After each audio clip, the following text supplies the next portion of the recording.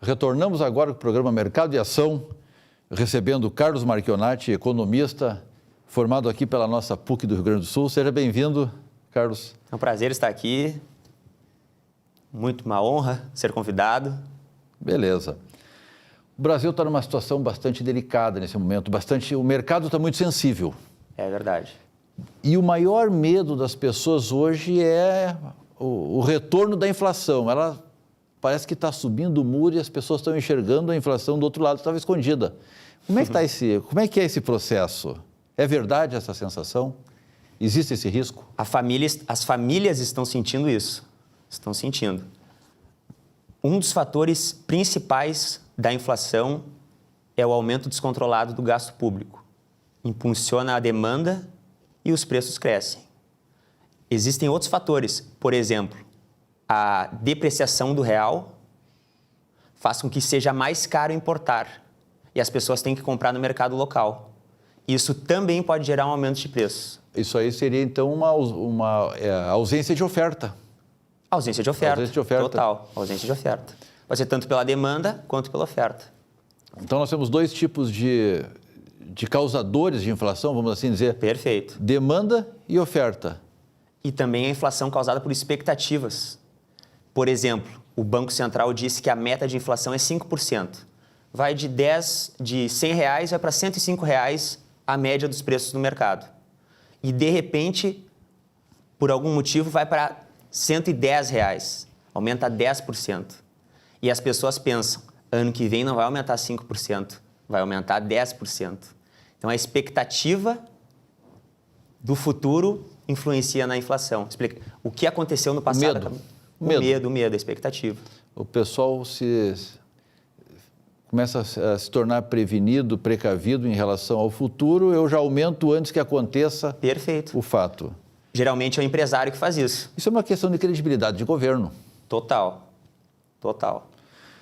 Dívida pública, inflação, recessão, juros. Como é que se dá esse caldo? Como é que ele ferve e se ressignifica com o consumidor? Sim. Tudo começou, teve a crise de 2008 no mercado financeiro dos Estados Unidos e o governo Lula teve que mudar um pouco a política econômica. Teve que gastar um pouco mais para aquecer o mercado brasileiro, que estava desaquecido porque o mercado americano começou a desaquecer. Começou a quebrar muitas empresas, deu todo aquele transtorno. Aí, a Dilma entrou e continua essa política de expansão fiscal. E isso começou a gerar vários desequilíbrios na economia. Começou a inflação dar uma aumentada. Se a trajetória de dívida pública e PIB, o percentual entre um e outro, está aumentando, o risco do país está aumentando. É que nem uma família. A família está se endividando. O banco vai cobrar o crédito mais caro. Pelo risco. Pelo risco. E os juros vai aumentando. Com os juros aumentando, e também o lado da inflação aumentando, o juros real aumentando, que é o juros real, o juros nominal, que é a Selic, por exemplo, que hoje está 14%, definido pelo Banco Central, é o juros real mais a inflação. A expectativa da inflação, melhor dizendo. A inflação hoje está em torno de 8 e alguma coisa. Bota mais o juro real, fecha 14%. O juros real aumentando, deprecia investimento produtivo. Tu falaste que o governo da ex-presidenta Dilma, ele foi marcado pela expansão fiscal. Perfeito. O que é isso? O governo gastar mais. O governo emite títulos da dívida pública, pega o dinheiro das pessoas para se financiar e gasta com salário de políticos, que é o que a gente menos gosta, gasta com infraestrutura, obras da Copa do Mundo, por exemplo. Com corrupção. Corrupção, sobrefratura, uma obra era 50 milhões, fica 300 milhões, 1 bilhão, teve casos absurdos que a gente ficou sabendo.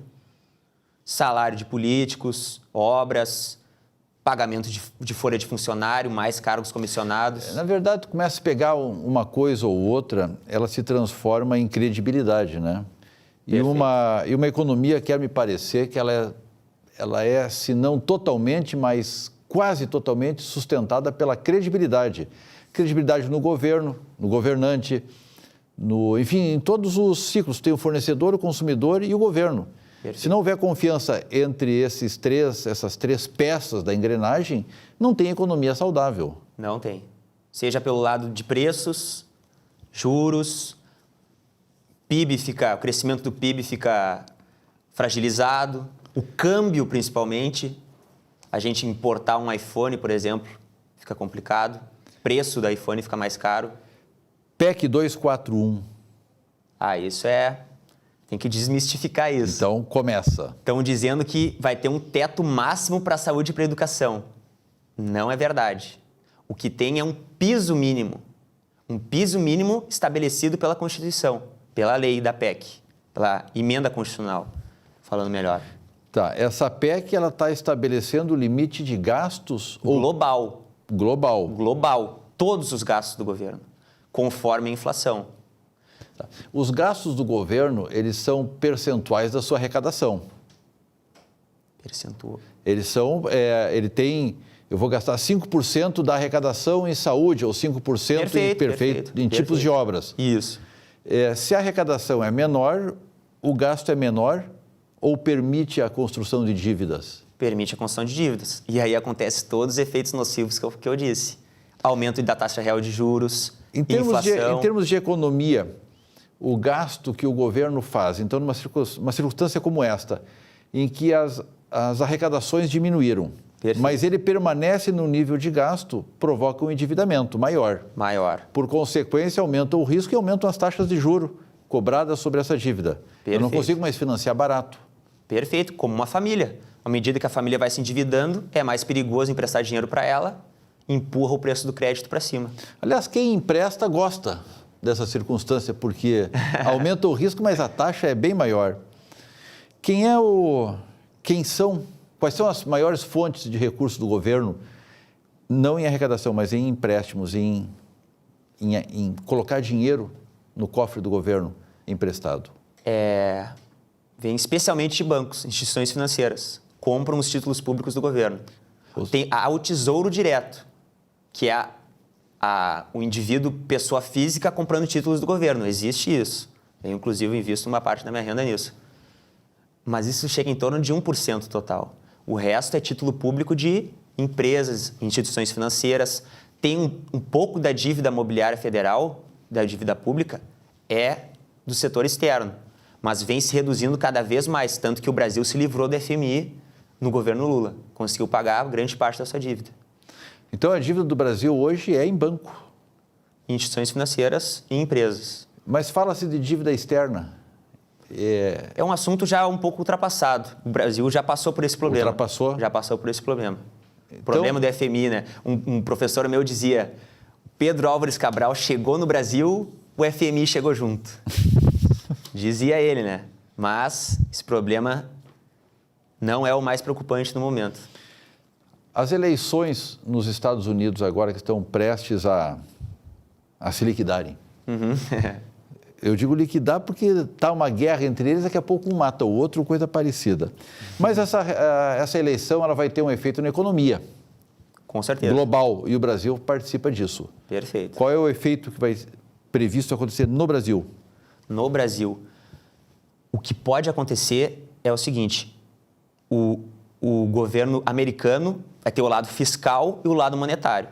O monetário é definido pelo Fed, pelo Banco Central dos Estados Unidos, Federal Reserve, e o lado fiscal, que vai depender muito da Hillary ou do Trump. Caso eles aumentem o gasto deles, vai apreciar a moeda deles e depreciar o nosso real. Porque a demanda por dólar vai aumentar. Se aumenta a demanda por dólar, o dólar se valoriza. Tá, mas até que ponto isso é vantagem para a economia americana? Porque valorizando o dólar diminui a exportação dele. Perfeito, isso acontece. Para a gente vai ser bom. Porque o real vai ficar desvalorizado. Se o real desvaloriza, as nossas exportações aumentam. A nossa exportação aumenta. Aumenta. E, por outro lado, se o Fed aumenta os juros, também vai apreciar o dólar. Mas, no caso, vai diminuir a renda dos Estados Unidos, o poder de consumo deles, podendo nos impactar também. Resumindo, agora uma dica para o nosso telespectador, então, nos aproximando ao final do programa. Como é que o consumidor, o cidadão brasileiro, deve agir nesse momento com essa instabilidade econômica? Qual é a dica de ele se sentir um pouco mais seguro? Tem que ter sua reserva, sua poupança. Não estou dizendo caderneta de poupança, porque existem inúmeros investimentos melhores. Caderneta de poupança não está rendendo nem a inflação hoje em dia. A inflação está alta. Alguns meses supera a inflação, outros meses não. Principalmente de dezembro, janeiro e fevereiro, dificilmente vai superar. A inflação é quase de 1% ao mês. Existem títulos públicos indexados à inflação que pagam a inflação mais um juro real. Maravilha, risco zero, já protege a renda das famílias. Então, a tua sugestão é poupança. Uma parcela do salário tem que poupar, financeiramente. Sim. Também, um tipo de investimento é investimento em educação. Pagar a faculdade do filho é uma maravilha. A renda do filho vai aumentar no futuro. Tá, mas a situação está complicada aí. Está complicada, é. O pessoal está perdendo emprego para o dia a dia dessas pessoas. Para o dia a dia. Qual é a luz no final do túnel? Corte de gastos supérfluos, que é o que o governo tem que fazer. Cortar gastos. Todo mundo tem que fazer. Governo e cidadão. Governo e cidadão. Governo e cidadão. Tem que gastar no que é necessário. Tá certo. Bom, vamos ficar por aqui. Agradecemos a audiência, agradecemos a presença do Carlos Marchionati. Perfeito, muito obrigado, foi um prazer. Continue conosco, estamos sempre nas terças-feiras, quintas-feiras e sábados com você.